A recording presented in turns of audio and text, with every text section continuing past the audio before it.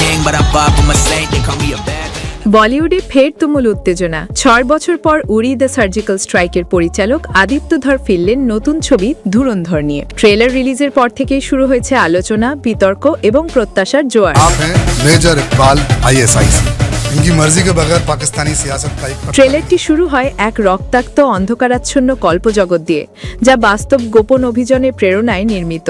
সীমান্তের অদেখা গল্প, নিষ্ঠুর সন্ত্রাসবাদ এবং সেনাদের গোপন মিশন সব মিলিয়ে এই ট্রেলার জুড়ে ছড়িয়ে রয়েছে উত্তেজনার ঘনঘটা। মেজর ইকবালের চরিত্রে অর্জুন রামপাল এই ট্রেলারেই তার উপস্থিতি শীতল স্রোত বইয়ে দেয়। প্রতিটা ডায়লগ ডেলিভারি যেন বলে তিনি এই ছবির রহস্যময় হুমকি।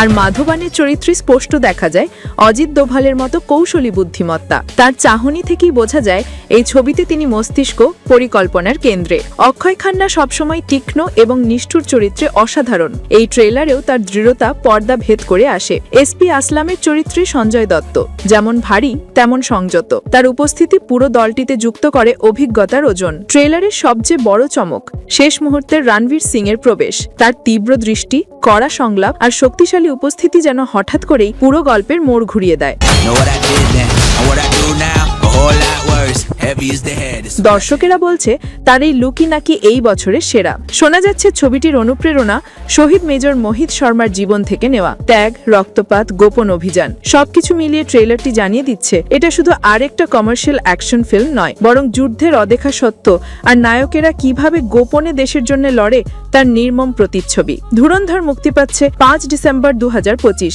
ইতোমধ্যেই দর্শক ও সমালোচকের নজর কেড়ে নিয়েছে ট্রেলার। আদিত্য ধরের পরিচালনা, শক্তিশালী কাস্ট আর বাস্তব ঘাসা গল্প সব মিলিয়ে আশা করা হচ্ছে এটি হতে যাচ্ছে বলিউডের অন্যতম কঠিন ও তীব্র চলচ্চিত্র।